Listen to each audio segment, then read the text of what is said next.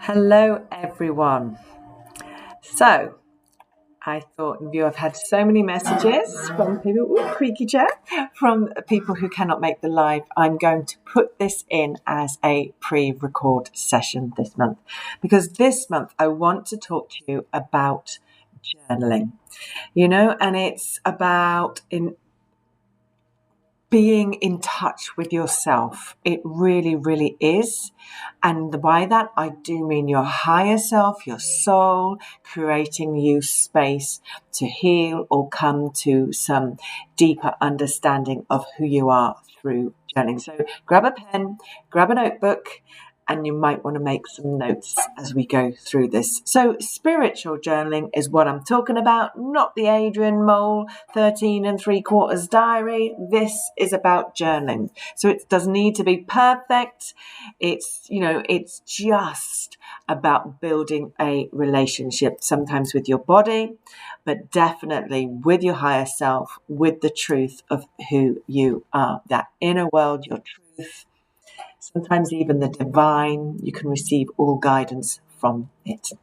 Now, at some point as well, and in a way, it's what we're hoping for, emotions can come up. But, it's about you listening. It's about you feeling. So as I say, make sure you've got that pen and paper. I'm going to take you on a journey of journaling as well today. So I want you, first of all, to just put one hand onto the heart chakra, one onto sacral at the belly button, and just take some nice, deep breaths, nice and slowly, in through the nose and out through the mouth. And again, in through the nose and out through the mouth, allowing yourself to relax, allowing yourself to ground, knowing it is safe to be you. So spiritual journaling is what we do when our nervous system is in that calmer state we've just put you into. It's no good journaling when you're feeling intense and agitated. We have to find a calm. We have to ground within ourselves to allow that truth to rise up through the body and speak to us. So spiritual journaling is a little bit different to mindset journaling. It's not about trying to be positive. It's not about reframing the trauma or forcing gratitude. It is simply about listening to what is truly going on with you, letting your body speak, letting your subconscious and soul guide you as you move forwards. Now, we use journaling to release stored emotion. We can also use it to build self-trust, definitely to reconnect with your intuition, and it's perfect for accessing inner guidance and taking you on your own journey of healing, because the journal is actually a mirror. It's not a to-do list. It's not a diary, a food blog. It is a mirror to what is going on. So it's not about writing anything clever, writing anything specific. It's about slowing down. And instead of avoiding the truth of what is going on within you, you're giving it space to come up. You're giving what has been silenced a voice to speak to you, because the body holds all your stories, all your programs, even if your mind is choosing right now to forget. So when we write from the body and soul, we bring in a gentle access to those stories through awareness. And then we know what we need to move through, what we need to let go, what we need to release. It's not about analyzing what comes up. It's about being honest with yourself and going, okay, so this is what I need to work through. This is what I need to deal with, let go of, or recognize is influencing my choices and decisions. So how do we do it? Well, we put our feet on the floor. We take a deep breath. And we ground in. We feel that base chakra vibration dropping down into the earth to ground us in, taking deep breaths to calm the nervous system, to remind ourselves that we are safe. And the question I want you to ask yourself today is, where do I feel something in my body right now? And allow yourself just to drop into the body and feel your way through the body. We're not looking to change it, just to suddenly become aware of it. Now, it could feel like tightness. It could feel like a heaviness. It could feel like heat as well. It could feel numb. It could feel stiff. It could be locked. Some people actually say they feel blocked. It could even feel like emotion that is ready to pop, ready to burst. And then once you've done that, there is a need to open up your journal and tap into that feeling of where that is and ask yourself, what does my body want me to know? And start to write. Don't stop and think. Don't edit what you write. It doesn't even need to make sense. All right? And if you do feel stuck, just think to yourself, well, all right, I don't know what to write, but I'm still here. I'm still listening. Because there's a need to train yourself that it is okay to listen, and more importantly, that it is okay to be heard. And just write about what comes up. If emotion comes up, then you can ask yourself, what is that emotion really about? And you may get a flashback, a memory, a feeling of frustration, let's say, and then you ask yourself, what is that frustration really about? How do you feel? And all the time, you're going to spend about half an hour doing this. You're going to be listening to what comes up and honoring yourself by writing it down. We need to train you, as it were, to know on all your levels, and especially the nervous system, that it is safe to be heard. Whatever comes up, there's no right or wrong answer.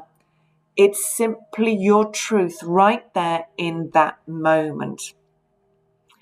And sometimes you may even notice that even just going through this step is enough for you to feel lighter. You may be also feel emotional. It can trigger emotion, but that emotion was always there to be released. So this is why we see journaling as part of healing. You know, it's about moving forwards and listening to yourself. Let your body speak to you. Let your soul speak to you, and just start to listen and give yourself permission to speak freely and to be heard. Ask yourself, what does the part of me that is hurting want to say? This is another question that you could be asking yourself when you are journaling for the purpose of spirituality and in terms of healing. All right? It's not necessarily logical. It's just about listening and feeling, pausing, writing, and understanding that this is your soul asking you for healing, or asking you to take an action, asking you to take a step. It could be asking you to acknowledge something, whether it's that a relationship you're in is not right, it's not healthy for you right now. It could be that your body needs to rest. It could be that you need to cry. You need to cry it out sometimes. It could be that you need to work on your own vision. It could be that you need to forgive not just others, but yourself for being in the experiences that you have walked through. You know, and make sure you have water to be drinking while you're doing this. You don't need to journal every single day. However, consistency matters, all right? And so I recommend 2 to 3 times a week if you're going through stuff. I recommend planning to spend 20 to 30 minutes. And always start with the breathing. And always start, or if there's not something specific you already want to journal on, then start by asking the body what it wishes to share with you today. What is going on? What is that pain, that discomfort? What is that holding on to? Because that is telling you what needs to be worked through. You know, what am I holding on to that really needs love? What truth do I need to accept and acknowledge? What does my nervous system need today? What am I being asked to release right now? And in the process of the journaling, although it can feel like healing and sometimes it is enough to create a shift, the point of the journaling is that communication, that connection, and that guidance. Remember, healing happens when you feel seen and heard, especially if you have been through a journey of trauma. Now, it's not for someone else to read your journal. It's about you asking yourself, what do I need right now to be well? To be well in this world, to live abundantly in this world. It's all about asking yourself those questions and moving yourself forward in your journey back to remembrance, back to sovereignty, back to the truth of who you really are. So I hope that this helps you.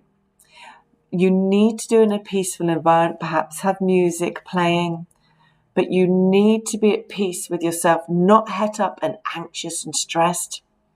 I recommend, even if you are like that, before you journal, you calm the system down. Otherwise, the mind will take over this experience and tell you only what it is comfortable with hearing.